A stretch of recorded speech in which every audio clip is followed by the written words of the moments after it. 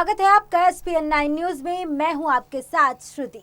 बिहार में जल्द ही विधानसभा चुनाव है। ऐसे में सभी पार्टियां चुनाव की तैयारियों में लगे हैं। आरोप प्रत्यारोप का दौर जारी है। बता दें, इस बार 3 चरणों में विधानसभा चुनाव हो रहा है। पहले चरण यानी 28 अक्टूबर को 16 जिलों की 71 सीटों पर, तो दूसरे चरण यानी 3 नवंबर को 17 जिलों की 94 विधानसभा सीटों पर वोटिंग होगी, जबकि तीसरे चरण 7 नवंबर में 78 सीटों पर मतदान होगा। वोटों की गिनती 10 नवंबर को होगी। बिहार विधानसभा चुनाव की सियासी रणभूमि में उत्तर प्रदेश के मुख्यमंत्री योगी आदित्यनाथ ने भी मंगलवार को एंट्री मार दी। बीजेपी में प्रधानमंत्री नरेंद्र मोदी और गृह मंत्री अमित शाह के बाद योगी तीसरे सबसे कद्दावर नेता बनकर उभरे हैं।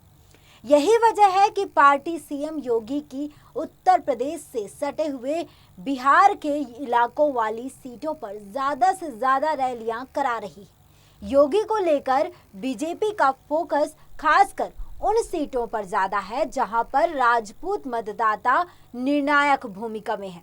मुख्यमंत्री योगी आदित्यनाथ की पहली रैली कैमूर जिले की रामगढ़ सीट पर हुई। यहां पर आरजेडी के प्रदेश अध्यक्ष जगदानंद सिंह 6 बार विधायक रह चुके हैं।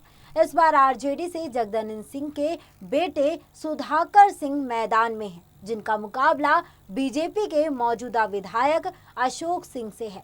बसपा की ओर से यहां से अंबिका सिंह प्रत्याशी हैं। रामगढ़ के बाद योगी अरवल विधानसभा सीट पर बीजेपी के दीपक शर्मा के पक्ष में प्रचार करेंगे। इस सीट पर दीपक शर्मा का मुकाबला माले के महानंदा प्रसाद और आरएलएसपी के सुभाष चंद्र यादव से है। साल 2015 में आरजेडी के रविंद्र सिंह ने यहां से जीत दर्ज की थी, लेकिन इस बार यह सीट माले के खाते में चली गई है। अरवल की पहचान कभी नक्सलवाद, उग्रवाद और नरसंहार की खबरों से ज्यादा होती थी। सोन नदी के किनारे बसे इस इलाके में यूपी का काफी राजनीतिक प्रभाव है। यही वजह है बीजेपी ने सीएम योगी की रैली के लिए माहौल बनाने की कवायद की है। सीएम योगी की तीसरी रैली रोहतास जिले के काराकाट विधानसभा सीट पर होगी। यह राजपूत बहुल सीट मानी जाती है। यहां से बीजेपी के राजेश्वर राय मैदान में हैं, जिनके खिलाफ सीपीआई माले के अरुण सिंह और आरएलएसपी से मालती सिंह चुनाव लड़ रहे हैं। यह सीट भी यूपी के लगी होने के साथ साथ राजपूत बहुल मानी जाती है।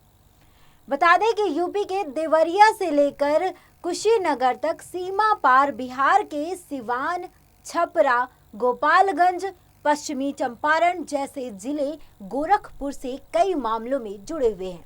सीमावर्ती बिहार के छात्र गोरखपुर में पढ़ाई करते हैं, तो वहां के लोगों के लिए इलाज और कारोबार का भी बड़ा केंद्र गोरखपुर ही है। इसके अलावा गोरक्षा पीठ से भी लोगों का आध्यात्मिक जुड़ाव रहा है। माना जाता है कि इन कारणों से मुख्यमंत्री योगी आदित्यनाथ का बिहार के इन इलाकों में बड़ा प्रभाव है। इसके अलावा उनकी प्रखर हिंदुत्ववादी छवि को भी बीजेपी बिहार की राजनीति में कैश कराना चाहती है। गुजरात से लेकर कर्नाटक, मध्य प्रदेश, राजस्थान, छत्तीसगढ़ और दिल्ली के विधानसभा चुनाव में मोदी शाह के बाद सबसे ज्यादा रैलियां यूपी के सीएम योगी आदित्यनाथ ने ही की थी। कर्नाटक और त्रिपुरा में नाथ संप्रदाय के वोटरों को लुभाने के लिए बीजेपी ने सीएम योगी का सहारा लिया था। देखना है कि बिहार में सीएम योगी के जरिए कमल खिलाने की बीजेपी की रणनीति कितनी कारगर रहती है। बता दें कि बिहार में जल्द ही विधानसभा चुनाव होने हैं।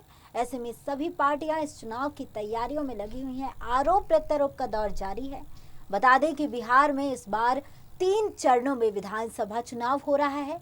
पहले चरण यानी 28 अक्टूबर को 16 जिलों की 71 सीटों पर, तो दूसरे चरण यानी 3 नवंबर को 17 जिलों की 94 विधानसभा सीटों पर वोटिंग होगी, जबकि तीसरे चरण यानी कि 7 नवंबर में 78 सीटों पर मतदान होगा। वोटों की गिनती 10 नवंबर को होगी। इस जानकारी पर आपकी क्या राय है, कमेंट बॉक्स में कमेंट कर जरूर बताएं। ये जानकारी सूत्रों एवं सूत्र स्रोत से प्राप्त है। आगे ज्यादा जानकारी के लिए देखते रहिए SPN9 न्यूज। नमस्कार।